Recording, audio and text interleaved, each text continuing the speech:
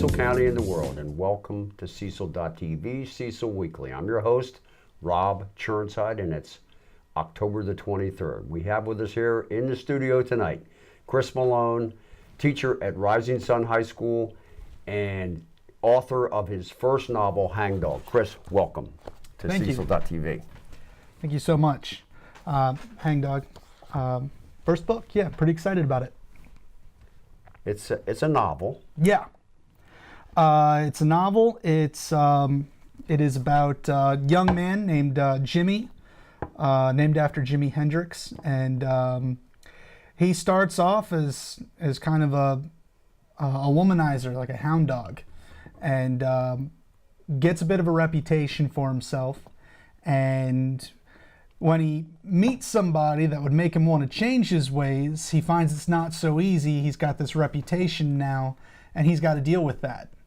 And it kind of looks at the other side of dating, you know. What happens to a guy that's got a reputation of not being a good guy?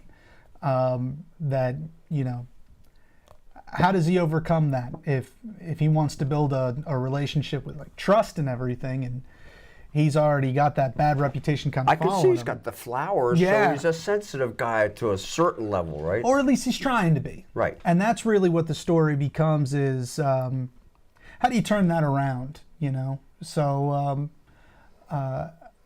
that's where it goes. I tried to avoid the cliched sort of romance novel or anything like that. So I'd say it's equal parts love story, equal parts coming of age story. So I try to hit both Sounds worlds. interesting. I look forward to reading it. Now, you do more than just write books. Yes. And I love the way it's Jimmy, J-I-M-I, like Jimi Hendrix. You play music too. Absolutely, yeah. I've played bass in various bands since I was 17 years old, first playing at Perryville High School. From my music teacher, and right now I'm playing with a great group of guys, Plan B, out of Elkton. That's Rob and Dave Massimiano, and Sam Anderson on lead guitar. Sam has been on this show. Yeah, Sam, and I got nervous the first time I was playing with him. He's so good, you know. He is. So just even getting to hang with him is just a really cool compliment. So we're actually playing this Saturday night at Walt's Tavern, October 28th, just so we get the date, from 9 p.m. to 1 a.m. Should be a really great time. Our new drummer, Ben Day, is going to be sitting in with us, and he's great. I've played music with him for about a decade now, so we got to bring him in, and he's great behind that kit, so we're really going to be thumping. Awesome. It should be a good time. Awesome. Now, pretty busy with the book and the music. You also 5 days a week, teaching. 180 days a year, right? Yeah, 180 days. That's actually kind of where all this came from.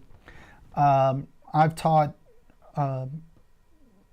high school English. This is my 9th year in the profession. I had 6 years in Harford County Public Schools, and then I got to make the jump to Cecil County, and it's been a great transition. I think Cecil's got a great school system. Obviously, I've got faith in them. My son goes to the public schools around here, and I think they're fantastic. And just getting to make a career out of studying literature, I felt like it was important. I wanted to add my own voice to the collection of other, literary voices. Whether or not it ever becomes a well-known voice is beside the point. I just wanted to be a part of that crowd. Well, yes. In order to become more well-known, people need to buy your book. And how can they do that? That would be great. Amazon.com, and you can look it up. You can buy it for Kindle, or again, you can get it in paperback. However you choose to purchase it is fine by me, as long as you are reading it and enjoying it. I've been very fortunate. I got a few reviews right now. They're all very nice, very complimentary. And, right now at this stage in the game, more than anything, it's just, I'm thrilled that anybody would want to read it, and that anybody's reading it and enjoying it is just it's the cherry on top of the ice cream sundae. Oh, that's great, Chris. Now, I have a question for you. Sure. Because every author starts with one book and there's a main character, and a lot of times you'll see, like for example, somebody like Clive Cussler has this host of these people that keep coming back and forth, in books. Is there any plans for a second book, a sequel to this, or another totally different book? Or? I'm writing the next book actually, and it's totally different. It is. I can't say too much about it right now. The working title is Harold in the Name of Love, and it's a story that kind of changes perspectives every other chapter. You get this guy Harold's perspective on his marriage, and then you get his wife's perspective, Nancy, every other chapter. And I try to take the story of a marriage, and I try to put a unique twist on it. So I've had the story outlined for a little while now, and once I got this put to bed and laid to rest and everything, and I was ready to move on to the next story. I'm about 10,000 words into the next one, so the goal is to just keep pounding away and try to squirrel away time to write and just do it, because that's the big thing, is just finding the time to make it happen. And I'm very fortunate. My wife and my kid are super supportive, and they allow me to have that time. That's awesome. So it really works out, yeah. Cool. Well, thank you, and good luck. Thank you. Thanks for having me on. I look appreciate forward to reading it. Thank you again. Hi, I'm Mary Jo Jablonski, and I'm standing here at the Elkton Alliance. I want to tell you about some things happening in downtown Elkton. First of all, I'm standing in front of one of our beautiful scarecrows here. As you can see, this is Sewing Success. Everybody come down and vote for your favorite so we could put a nice first place ribbon on them, and they're really something to see. They're not just a scarecrow, they're a creative piece for the arts. And they're all along Main Street, so please come down and see all this hard work people put into them. And also on October the 26th, we have our annual Halloween parade. If you have not seen our Halloween parade, it started on a Saturday morning with about 30 people. And now, after about 30 years, we are Friday night, always the Friday night before Halloween. And we have over 600 people participate, lots of floats, groups, costumes of unbelievable characters. The kids love it. We give away free hot dogs and chips and candy and drinks, and for everyone that's here. So I would really love you to come down and see that. We also have Jack Fouracre. He starts at 6 p.m. and down in the parking lot doing his children's puppet show. If you haven't seen that, it's really something to see. He used to work for Jim Henson and the Muppets, so it's a great puppet show. We have Box Turtle Bob up here, right in this lawn area, for all the people that are waiting for the puppets or the parade to come through. So I hope you join us in the next couple weeks in downtown Elkton and enjoy everything we have to bring to you. Well, now, before we get to our next guest, just a couple of quick announcements. This Thursday in Elkton at the Municipal Building, there is going to be a presentation on how to survive in an Amazon world. That's online marketing, and this is especially geared toward small retailers. So if you're interested, pre-register with Elkton. Contact the town. This Friday in Elkton, the Halloween Parade, 7 p.m., downtown Elkton. Open to individuals. You can still register and march in the parade.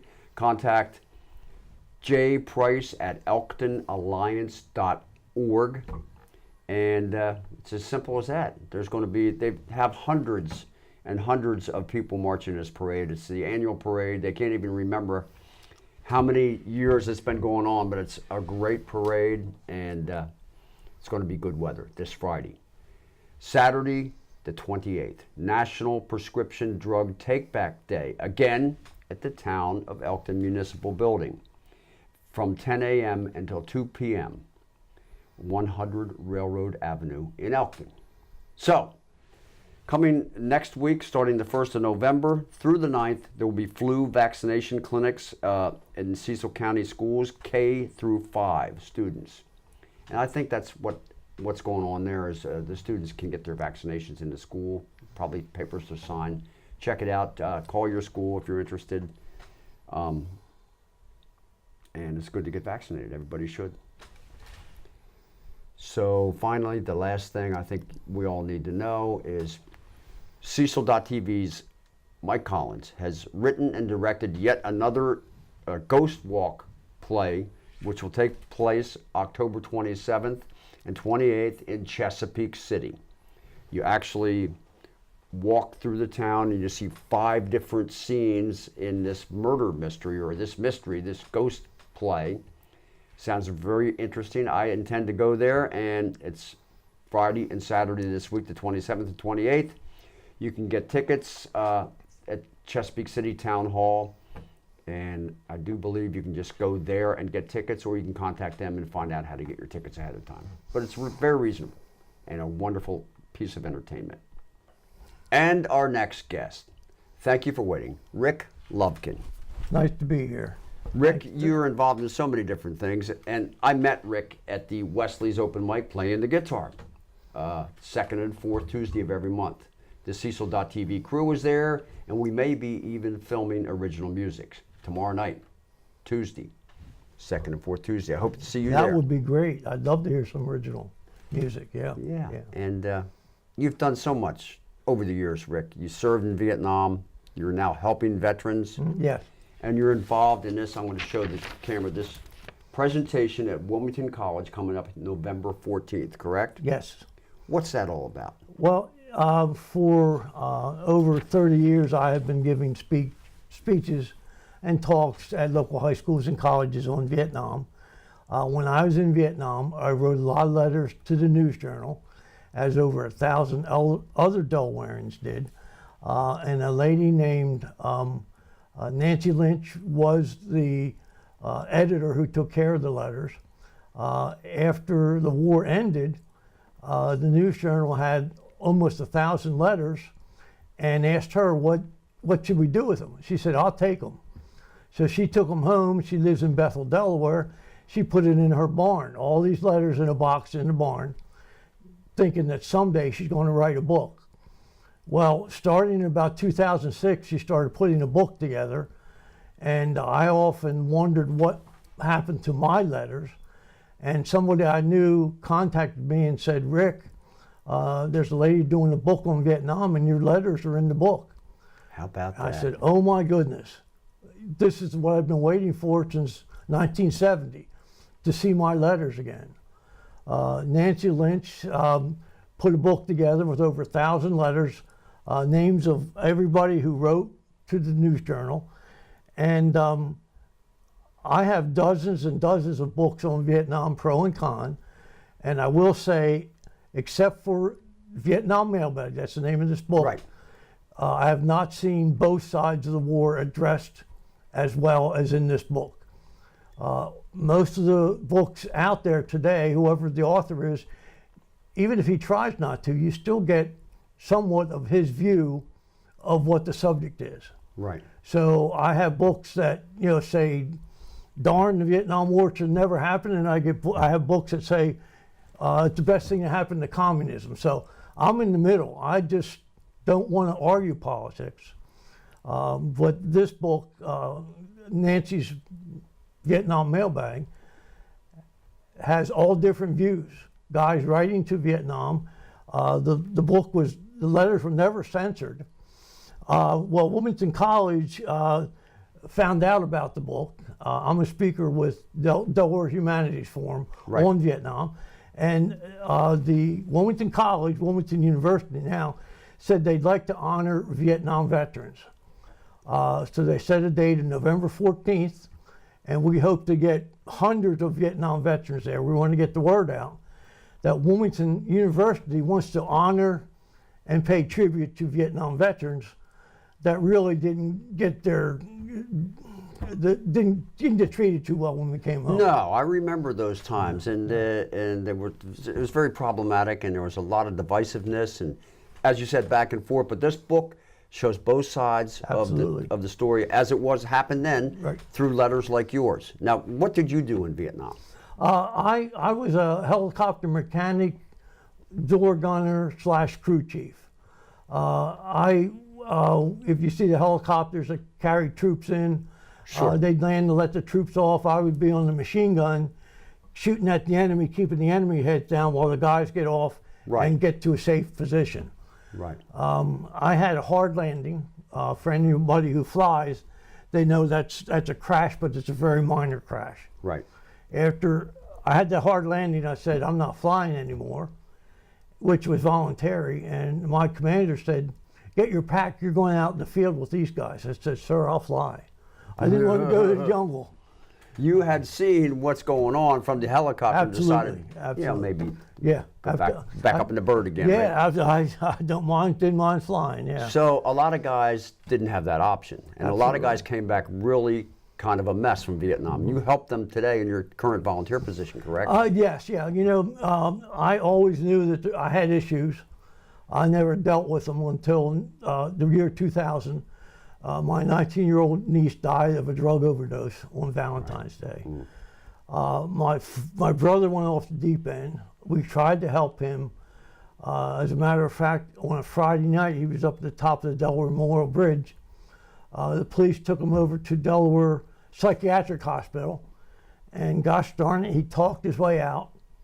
And 2 days later, he hung himself in my sister's house. And he was a vet too. No, he was not. He was 14 years younger than me, but he was my only brother out of the sister. Sure. But that pushed me over the edge. Right. And I was lucky enough to have friends that were at the VA hospital. My wife made a call.